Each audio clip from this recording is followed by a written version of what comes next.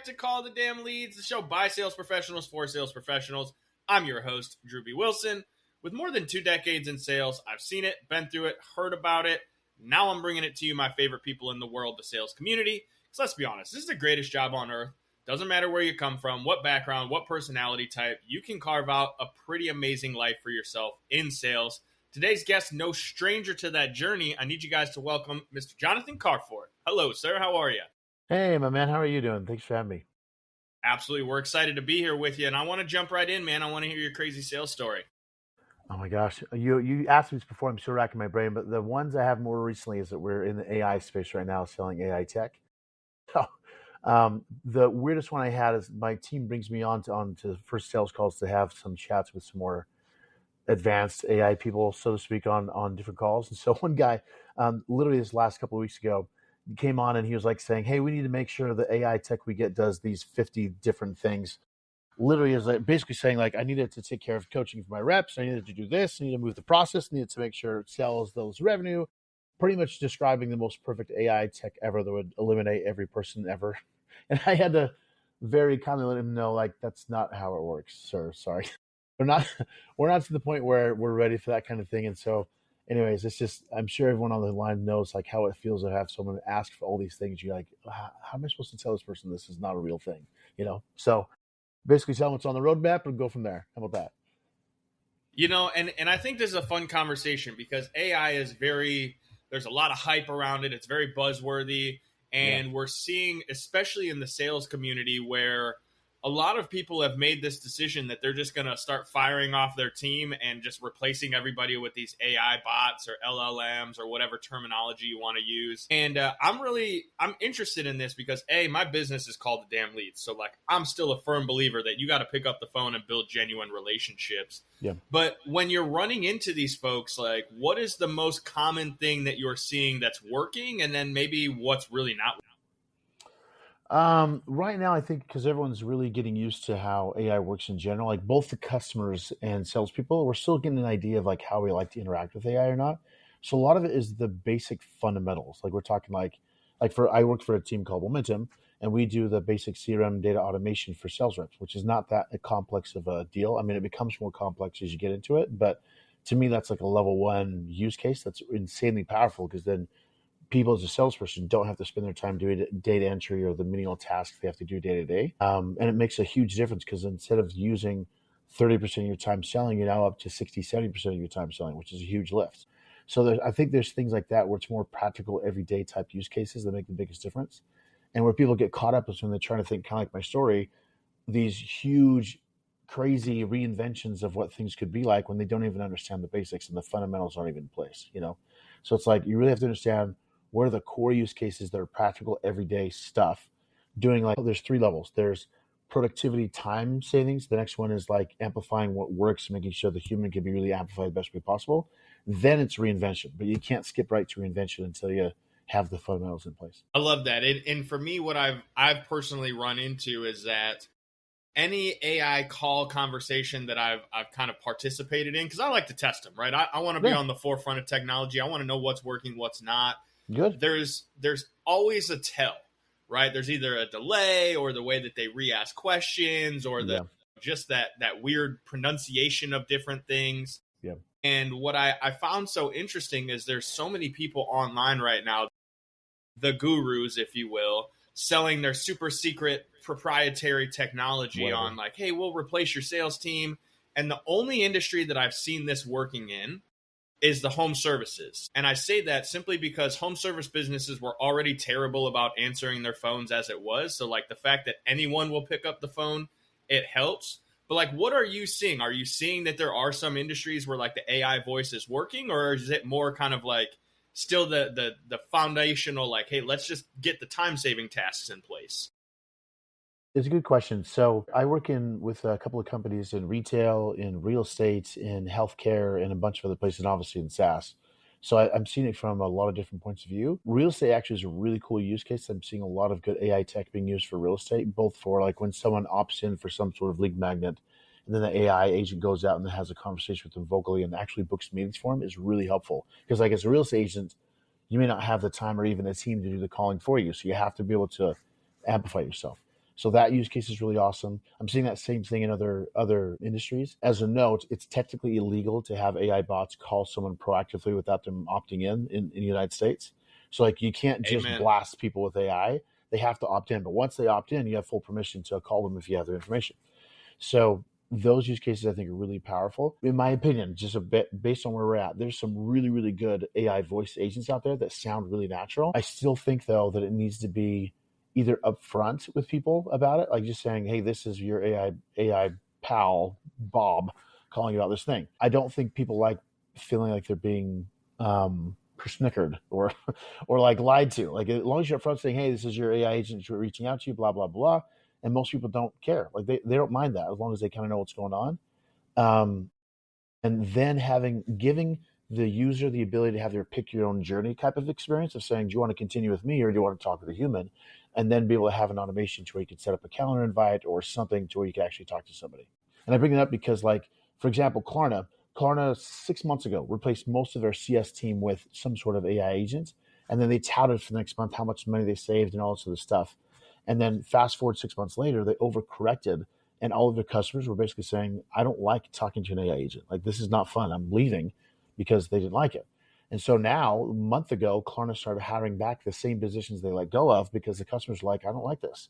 So I think you have to be careful around the customer experience, what you want to deliver, make sure you're upfront with people about what's happening or not, and then make sure you can support it otherwise. Yeah, I think that's great. And there's two things I want to pull out of there. First and foremost is the legal side. There are so many people out there that are using these tools in the most illegal of fashions, right? They're not getting proper opt ins. They're not actually announcing that they're using these AI tools. And so if you're listening to this, be very, very careful because the fines for this stuff are not cheap. And it's Yeah. every single call that you make using it that is not actually following compliance that you will get. I'm a believer that they're going to start cracking down on these folks here really soon, and it's going to be a massive payday for all these agencies that run that stuff, and it's going to absolutely decimate a lot of businesses. But I think the other side of that too, the customer experience. There's so much to be said about that, right? Where how many of us get annoyed when we call and it's like the tap one for this, tap two for that. We're smashing that zero button trying to talk to an actual operator. Like seeing that customer experience is really important. And to me, again, my whole business model is around people actually calling the damn leads. So I appreciate you sharing the fact of that story of like, listen, here's someone that's a big company that implemented this and immediately had to go back and hire all these people that they let go of. And my guess is they probably had to pay them more to come back because they'd gone and found other positions or, opportunity. So like from your stand, where are you guys really leaning in with your client base of like, hey, here's the things we should install right away, and then how do you kind of peel out from there of like what the next steps look like? Yeah, with Momentum, we don't do anything as far as the proactive call lead stuff. We more Momentum works with teams that actually have conversations. So there's two sides, which is where it gets fascinating. Is that there's tech out there now? Like I use one called Peel, where you can have this like deck put out in like a sales deck, and an AI agent will like zip through the slides and answer questions as you go. But it's an AI going into it, right? And the AI's job is to have this conversation, like kind of like a discovery, and then it loads like this package. So as soon as someone says yes, I want to have a meeting, it creates this package of what they said to the salesperson. So the salesperson has this rich information around whatever they talked about in the conversation. They can take the next step. So that's what we've done there. Like, and then obviously Momentum does more in the conversation of analysis, that kind of thing. There's been what's interesting is like when you think about how many people are applying AI and you think about the results of it, I don't think people understand like how much people want to talk to people. And so, like I said before, it's having that connection of being able to say, okay, do you want to be able to talk to an AI? Do you not? The oh shoot, what was I going to say with that? I'm glad we can edit this out. Sorry, I'll just stop there. No, that's okay. And I think the fun thing about that is really, this is what's exciting about this time, right? Because AI is still new. It's kind of in its like hormonal teenage years where sometimes it works really, really well. Sometimes it just goes absolutely off the rails. I have a client that she's in the space of like more personalization AI. And she's got all these people that have created like duplicates of their process. And she's like, Right. well, I don't want to have to file a bunch of cease and desist and lawsuits, but like the things that are coming out of these agents are wrong, blatantly wrong. Right. And it's one of those things where I love exploring into this topic simply because you don't know what you don't know yet. And then once you know, though, you have to make a decision on what you're going to do with that information. And so what I'd be curious is like, when you're chatting with these business owners and you're trying to get them into the idea of adopting this new technology, what has that been like? Are you seeing a lot of people that want to jump on it, or are they still kind of in that like, I don't trust it? Yeah, the trust is the biggest thing, honestly. It depends on the size of company in the industry, because like healthcare specifically, anything legal, there's a lot of places where they, because of laws like HIPAA and all this other stuff, to be really careful with, obviously. So it just depends on each team. We did this fascinating report with Momentum, where we've had over 1,000 sales calls with orgs from 50 people to 10,000 plus. We have a great variety of sizes, 150 plus different industries, everyone from like a director, VP, and above. So we get a good understanding of what they're talking about, and they're all talking to us about AI. So we did this analysis looking at all the different things they're talking about. And like McKinsey or someone said that 78, 80% of companies have done some sort of use case in AI. But our data, just from the conversations with these people, are showing it's more like 7% actually have something operational. So it's like, and it's more like my gut is telling me that people have like Copilot or ChatGPT, and that's where they're considering an AI use case. But no one knows how the heck to talk to those things. So it's like they have those tools and resources, but then nothing functional is actually being done that actually helps people get more work done. It's just like, oh, you have a chatbot you can use to make whatever content you want to make, but it's not necessarily a transformational experience, which is fascinating. So it's interesting to see where people are at, but trust is the number one thing that people have an issue with. And not just trust of the data, but trust of like the experience or what's going to happen on the customer side of like saying, can I release this experience to an AI? Like using the example I said earlier about a person talking to my deck with an AI. When my salesperson saw it, he's like, I love this. However, I don't have control that I want to have. Like this AI agent could go off the rails and say this stuff, and I have no control over that conversation. Whereas inside of a conversation with a person live, you can, I wouldn't say control, guide maybe the conversation, so you can kind of keep things off the rails. So, and the AI, you'll just go down these paths that you don't know where it's going to go. So there's a lot of trust factors that you got to be aware of and know, like, do I want that experience for the customer? And is that going to get them to where they want to go? So, and with that, I'm going to add one more thing and I'll shut up. This is where I think it's going to be really important for people to understand is that the more the AI can mimic my voice, my video, my writing, all the things that they can do with AI, the more important that the in-person, whether it's live, remote, stuff like this, or in-person conversation is going to be more important than ever, because people are going to be wanting in-person relationships. And that the skills you'll have, like, for example, if you have a 5-stage sales process and 2 of the stages come up with AI, because you can do that with AI now, the last 3 are with you, that means your skill set is narrow, which means that the human side you have to be good at has to be really freaking good, because everyone's going to have to narrow the skill set and be really good at those skills, like negotiation. So it's just really important to know that this is coming, but where you get really good is the actual human emotional connection, relationship, rapport building, body language stuff, like all the things that makes us human. You have to double down on, because that's what's going to make people want to talk to you, is your human side. Yeah, I really love that aspect of it, because again, I'm a firm believer that AI is coming. Like, there's no ifs, ands, or buts about it. Like, it is going to be taking over certain aspects of the process. But I'm also in agreement with you that, okay, cool, sure, you can delegate some of the time saving stuff, right? Maybe the discovery call, maybe some of the data management. But I mean, people have been doing that with chatbots that were just plug and play, right? Just pick your own adventure for years now. And so I really appreciate the idea of like, okay, the better those parts get, right? The easier it is for them to go through that. The more you have to increase your own skill set, because now you've got something that's essentially mimicking you. And if you show up on that call and you sound like a dork, when the AI has been like just on point, it knows all the things, like you're going to have a distrust factor, right? They're going to go, I thought I was talking to a professional. Here's this guy that like, what the heck is this? It's almost like the real estate agents that have that glamour shot from the 80s, and then you show up and their hair's all crazy. They don't look anything like themselves, and you're just going, exactly. I thought I was working with a professional. What the heck who is am I going talking on to here? Yeah. Well, it's even like, it's the same experience now, like without AI. What drives me crazy is when I have an SDR, like I go through the motion, I do a book a demo on a website. I have an SDR call me. They ask me 20 questions. I go to the next call. They ask me the same 20 questions. I'm like, you guys, You got to be Yeah. freaking kidding me. Like, for Pete's sakes, like there's some things in the sales process that I can't stand that I think AI should be doing. So if a person can't understand what the journey is like for a customer and be able to consume the information so they have the next intelligent best step and actually make my experience with them better, because that's the other side of it is me as a buyer, I don't want to waste my freaking time. Like, I'm smarter as a buyer now because I have access to things I didn't have before. And I want to make sure that the salesperson realizes that and adjusts to that and works with me to become someone that I can rely on that knows things differently and better than AI does. Does that make sense? Because that's what I want from a person, is like saying, tell me what you're seeing every day that AI doesn't see. Like, AI is horrible with messes. It doesn't do well with it. Like, it can structure unstructured data, but with messy process, it does not do very well. And humans are really good at being resilient and going through a very messy process, which most sales processes are, right?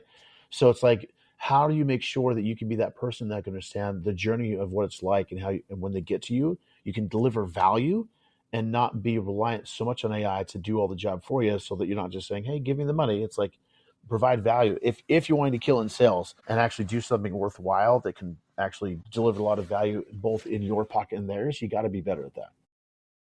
Yeah, I 100% agree with you. And I'm going to kind of shift the gears a little bit here, Please. because you're seeing a lot of people that are leveraging the AI for content creation. And you're starting to see these guys that you're like, they are not super bright based on previous experience. And all of a sudden their Facebook posts are like novels, their emails, and the M dash. This is like the most funny thing right now. You're seeing a lot of people talking about the dash in all the content, where it's clearly like, yeah, ChatGPT wrote that for you. Right. And while that's an actual grammatical thing that exists, and it is out there, 99.9% of the world doesn't actually use it, nor would they know how to leverage it in a proper conversation.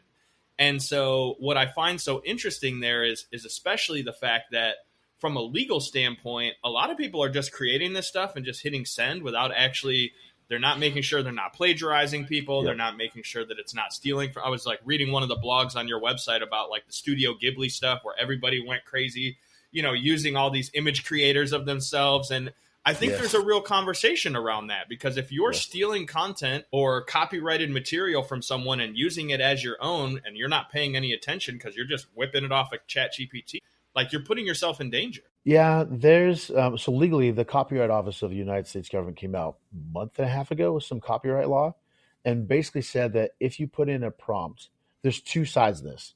If you put in a basic prompt, like saying, hey, write me an article on LinkedIn and whatever the thing is, and that's all you said, and it'll make you an article, that output, you cannot trademark IP or claim as yours. Like, you can use it, and like you'll take the risk of everyone knowing you use AI, and no one can really technically do anything, because it's just like, ChatGPT garbage coming out to you from a basic prompt, right? If I took that output and I start to adjust it, then it becomes AI assisted, and I can then claim trademark or IP.